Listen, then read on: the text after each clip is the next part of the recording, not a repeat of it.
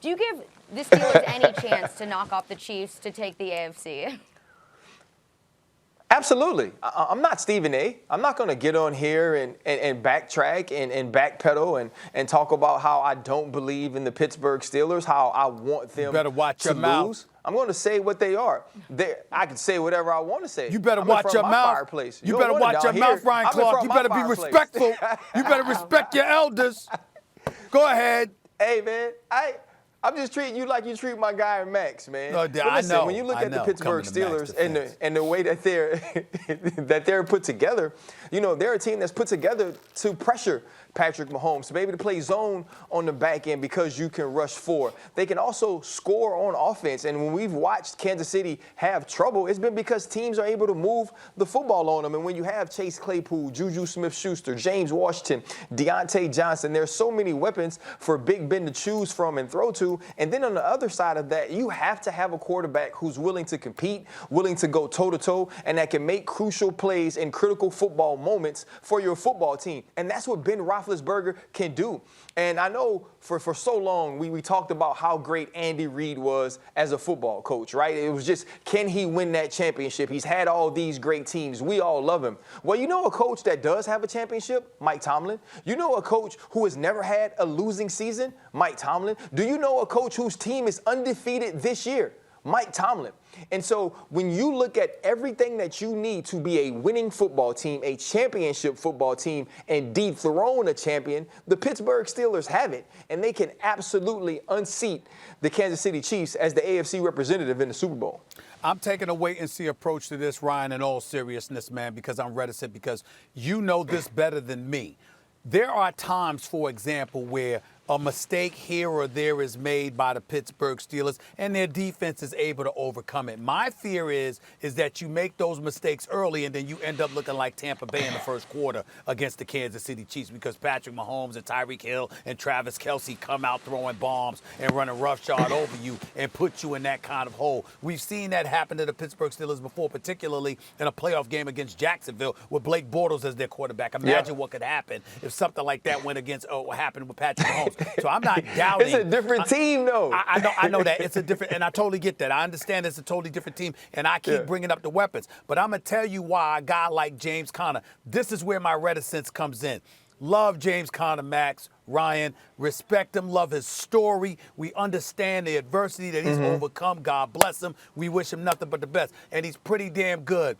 But I guess I'm spoiled a little bit, Ryan, by the Jerome Bettises of the world, the Le'Veon Bells of the world, guys that come out of the backfield that can really, really assist you in moving the chains and keeping the ball out of the opposing team's offense. That's a question mark I have. I have no question about the Steelers receiving. I see Ben complete 67% of his passes. The Claypools, Juju Smith-Schusters, Eric Ebron, James Washington, Deontay Johnson. They go 5 wide. We know what time it is. We get it. But you've got to be able to methodically march down the field and beat a team and keep the ball out of the opposing offense's hands. That's my question mark about the Pittsburgh Steelers right now. That's why I got to see more of it to believe it. That's where I'm coming from, Ryan. I mean, the Patriots team that beat the greatest show on turf, who was the name brand running back? Like Belichick has a good running game a lot of the time without a name brand guy. You don't need a name brand guy to move the chains and to be respectable on the ground and to do what you got to do. But I mean, like Tomlin right now, Mike Tomlin has a chance to elevate his stature, his status among the all-time great coaches. He's already a future Hall of Fame coach. He's won Super Bowls. He's come in and went 8-8 without a quarterback, starting a third stringer. But look what he's doing this season. He's 10-0, right? Now imagine for a second that they wind up in the AFC Championship game against the Kansas City Chiefs, and he turns in a coaching performance. He has a team like the Patriots that played the greatest show on turf. Oh, my God, the greatest show. These Rams, they can't be beat. They have the receivers. They have everything they need, right? But that well-rounded New England team who wasn't going to show you how great they were against run-of-the-mill teams. They needed another great team to bring it out in them, to show you everything they could do. If Pittsburgh does that to Kansas City, that actually the year after we said Mike Tomlin just turned in his best coaching performance. Actually, that would be Tomlin's greatest coaching performance, and it would elevate him even more. Here's the problem. He'd be going against Andy Reid if you're asking can they knock off the Chiefs to win the AFC. And Andy Reid was a guy who got very close, great coach, 5 NFC championship games, right? But no cigars. Now he has a cigar. Now Andy Reid's got that too.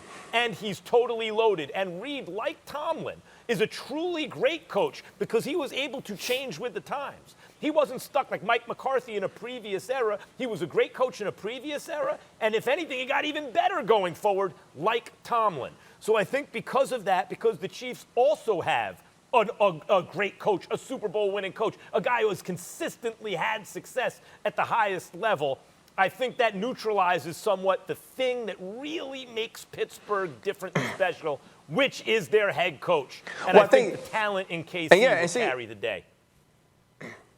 And see, that's not the thing is not who we're predicting to win. The question is, can they do it? Now, there are some teams that no matter what they did, you feel like if they go up against Kansas City, whether it's a regular season game or playoff game, they don't have what it takes. What I'm saying is when you look, I still have Kansas City at number 1 on my power ranking because I believe all of those things that you said, Max. But when I think of a team that's perfectly and ready-made to beat them, to unseat them one day, right? Because I don't think there's a team in the league that could beat the Kansas City Chiefs 10 times out of 10 or beat them, more the majority of times out of 10 than the Kansas City Chiefs will win. But you just got to win once. You got to be good that day. You got to be better that day. And I believe the Pittsburgh Steelers can do that.